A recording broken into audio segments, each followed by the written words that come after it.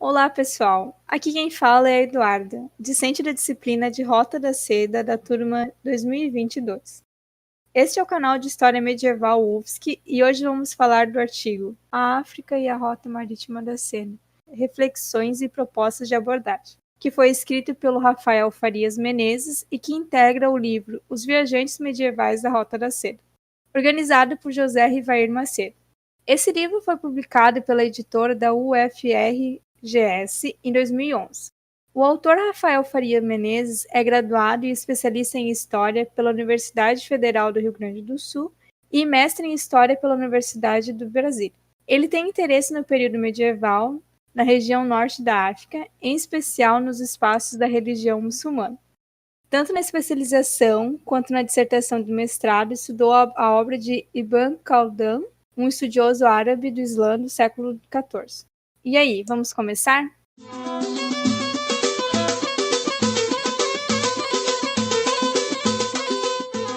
Para nos ajudar a discutir esse texto, eu conto aqui com a presença da Andressa.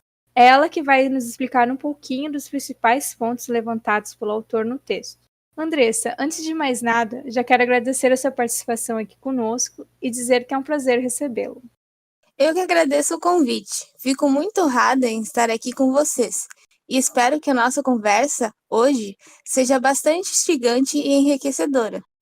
Então, Andressa, como nos últimos tempos o nosso programa tem se dedicado a discutir a Rota da Seda e como o tema da nossa conversa hoje é a África, a pergunta que não posso deixar de fazer é: a famosa Rota da Seda passava pela África também? Sim, Eduarda, com certeza. Embora prevaleça nos meios acadêmicos uma ideia clássica, digamos assim, de que a Rota da Seda não incluía o continente africano e que ela se restringia apenas às estepes euroasiáticas, a gente nota, através das fontes e de achados arqueológicos, que essa premissa não se aplica. Inclusive, o Rafael Menezes aponta que essa concepção tem sido justamente o maior empecilho para se pensar a participação da África nesse circuito global de relações entre os três continentes. Na verdade, os caminhos e as paisagens dessas estepes euroasiáticas consistem no que nós chamamos de Rota Terrestre da Seda. Poucas pessoas sabem, mas a Rota da Seda em si era um conjunto de caminhos interconectados, tanto terrestres quanto marítimos, que permitiam a circulação de pessoas, de mercadorias, de tecnologias, religiões, conhecimentos e culturas. Bom, você levantou essa questão da exclusão das comunidades africanas no conjunto dos povos que participam desse empreendimento econômico-cultural milenar e global, que foi a Rota da Seda. Por acaso o autor chega a apontar os motivos que sustentam essa exclusão do continente africano na história da Rota da Seda? Sim, ele levanta 4 razões que explicam essa postura. A primeira seria o desconhecimento da história africana e de sua dinâmica. A segunda, a pequena importância dada à rota marítima e ao Oceano Índico como espaços de circulação e trocas.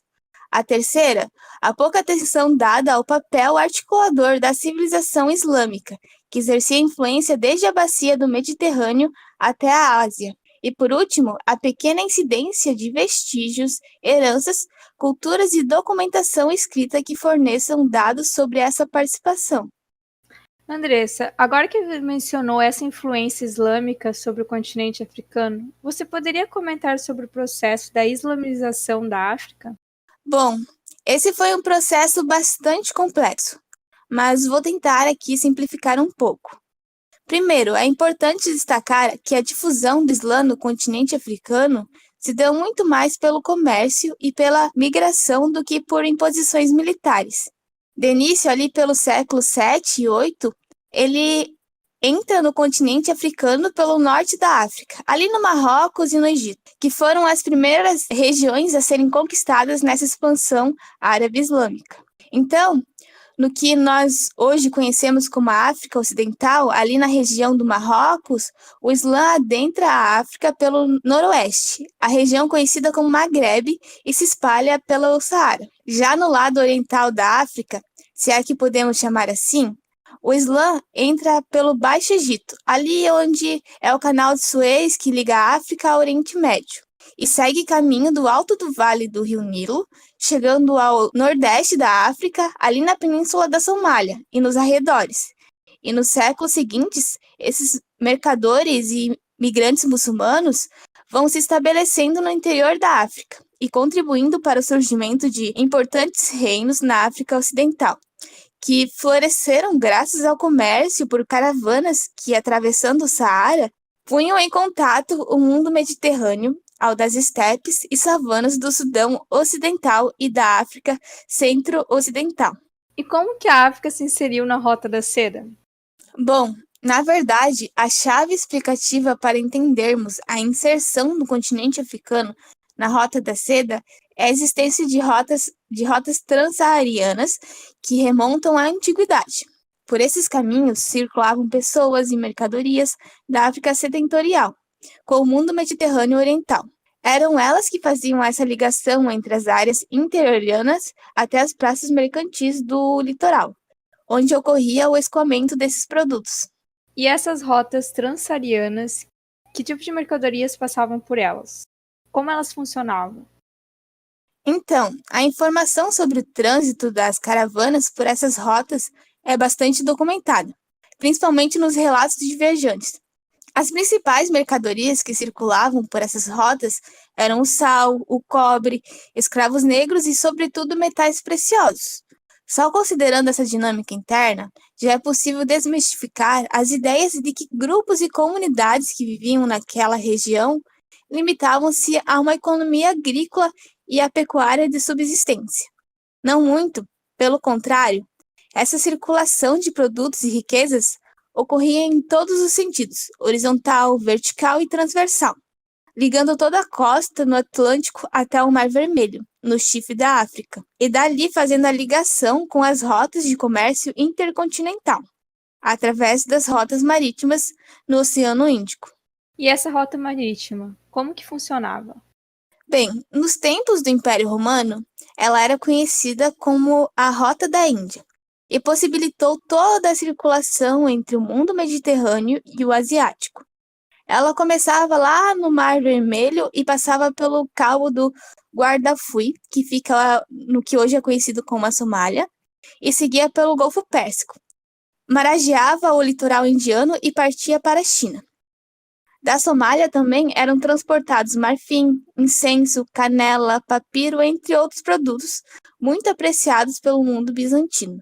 Uma coisa interessante de se falar é que nas feitorias litorâneas da África Oriental, as pesquisas arqueológicas revelam que do Extremo Oriente vinham produtos como pérolas, rubi, madeiras preciosas, cânfora, tecidos de seda, porcelana, e para lá eram vendidos peles de leopardo, presas de elefante, chifres de rinocerontes, cascas de tartaruga, perfumes, pedras preciosas, incenso e âmbar. É importante ressaltar também que essa rota marítima da seda só se tornou viável graças ao conhecimento do regime das monções, que permitiu com que esses povos cruzassem o mar e estabelecessem relações comerciais. Agora, não se sabe precisar ao certo como e quando houve articulação entre os mercados orientais e as rotas transsaarianas, integrando os produtos africanos aos que eram produzidos no Extremo Oriente. Andressa, talvez o pessoal aí de casa não saiba como funciona o regime das monções. Será que você pode explicar? Claro.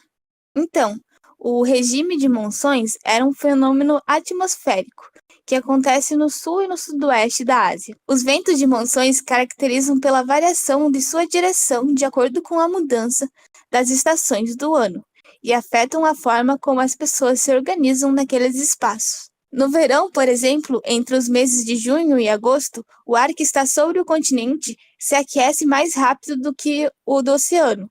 Este ar quente se leva para as zonas mais altas da atmosfera, fazendo com que o ar frio existente sobre o oceano se desloque para o continente. Esse fenômeno, chamado de monção de verão ou marítima, é caracterizado por chuvas intensas durante boa parte do ano. Já na monção continental ou de inverno, ocorre a situação inversa. O Oceano Índico encontra-se mais aquecido, e as massas de ar que se formam no continente, na cordilheira do Himalaia, sopram em direção ao oceano, tornando o clima extremamente seco na região.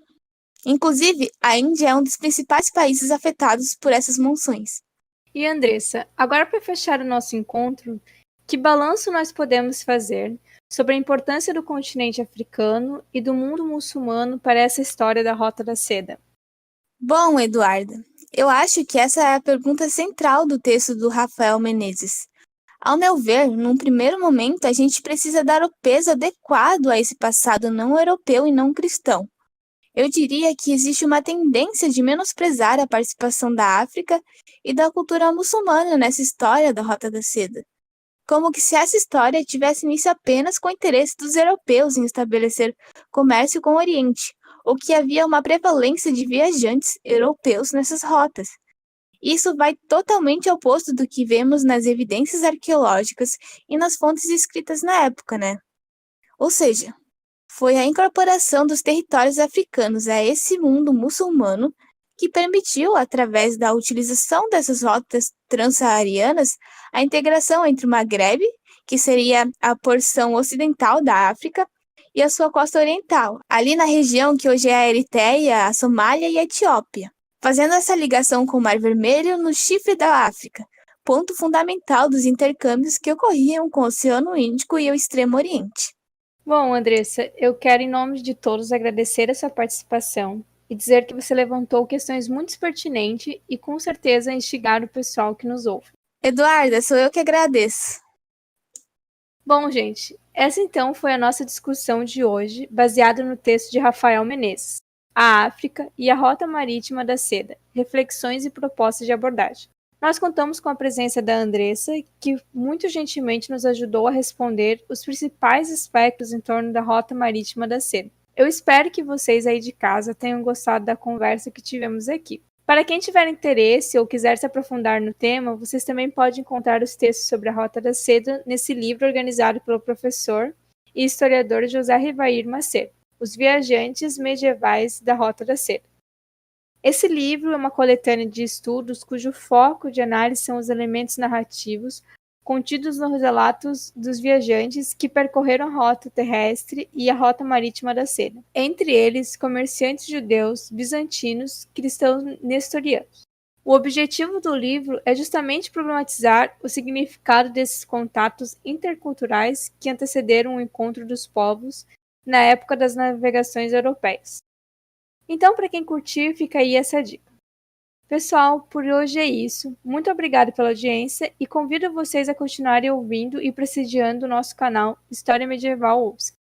Tchau, fiquem bem, se cuidem e até mais!